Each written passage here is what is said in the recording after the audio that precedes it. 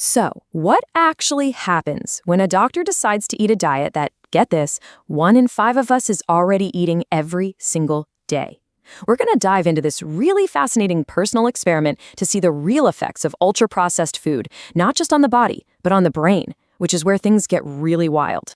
I mean, that's a direct quote from the man himself, Dr. Chris. He said, I'm going to switch from my normal healthy diet to an 80% ultra-processed food diet. And you've got to understand, he wasn't just, adding a few snacks here and there. Nope. This was a radical, full-on, month-long transformation. He wanted to live exactly like a huge chunk of the population, and he did it all for science. Okay, so first up, let's talk about the rules of the road here. What exactly was this 80% UPF challenge all about? So meet Dr. Chris. He's a doctor in the UK, and this was a serious, scientifically monitored experiment. I mean, he wasn't just winging it in his kitchen. His entire 30-day challenge was overseen by one of Britain's top obesity experts. They were tracking everything to make sure the results were legit. We're talking weight, hormones, even his brain activity. Now, an 80% ultra-processed food diet, that sounds pretty extreme, right? But here's the kicker. It's the actual reality for 1 out of every 5 people in the UK. So this experiment, it isn't about some crazy fringe diet. No, this is about how a huge number of people eat every single day. Okay, so we keep saying ultra-processed food, or UPF. But what does that even mean? Well, it's not just about things being high in fat or sugar.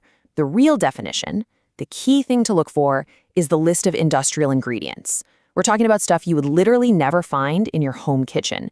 Things like monosodium glutamate, sodium phosphates, all these chemicals and extracts that are designed to make food taste amazing and last forever on a shelf. All right, so what was it actually like to eat this way for 30 days? Delicious and easy at first, but, well, let's just say it got a little unsettling. And at first, you know what? The experience was pretty great. Dr. Chris actually called some of the food delicious, a bit of sort of culinary genius. And he's not wrong. It's an amazing bit of food engineering. These foods are specifically designed to hit that sweet spot in your brain that makes them just irresistible from the very first bite. And that really gets to the heart of why so many of us eat this way. As he put it, the reason I eat these lasagnas the whole time is because they're tasty, they are really quick. It's that 1-2 punch of taste and convenience. When life gets busy, that combination is just so powerful, and it makes it incredibly easy to fall into that routine. And this leads us to a really important term, hyperpalatable. It basically means these foods are engineered to be so soft and delicious that it is really hard to stop eating them. A lot of the time, you barely even have to chew, so your jaw doesn't get tired.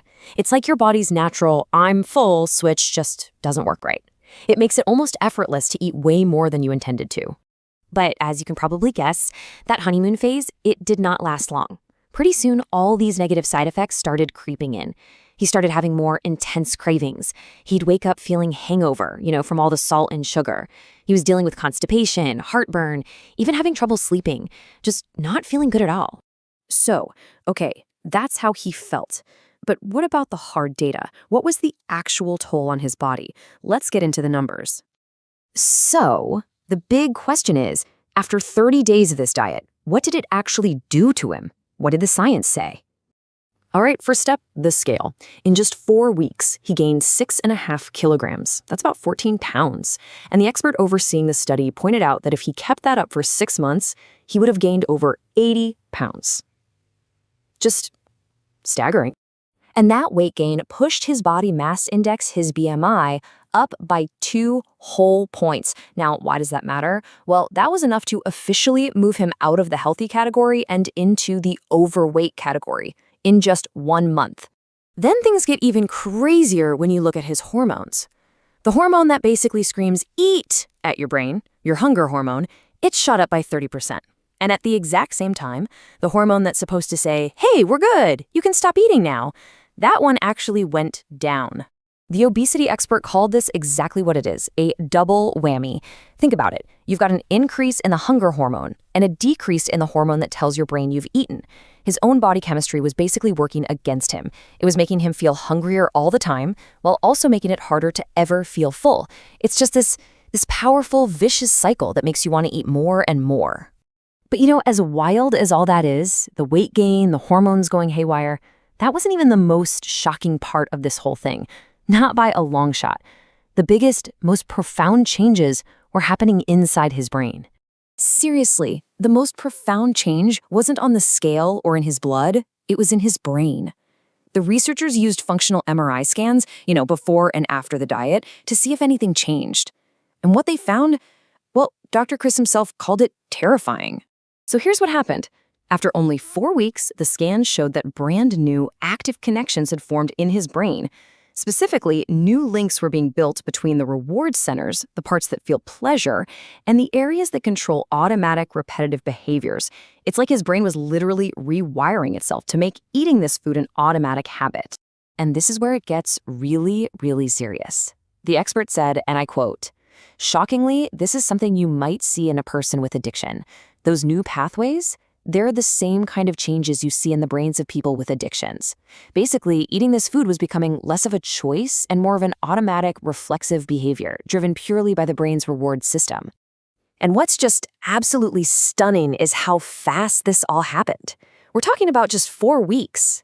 Even the scientists, the obesity experts running the study, they were completely surprised that such major changes could happen to a fully developed adult brain in only 1 month. And that leaves us with a really big and frankly a pretty scary question.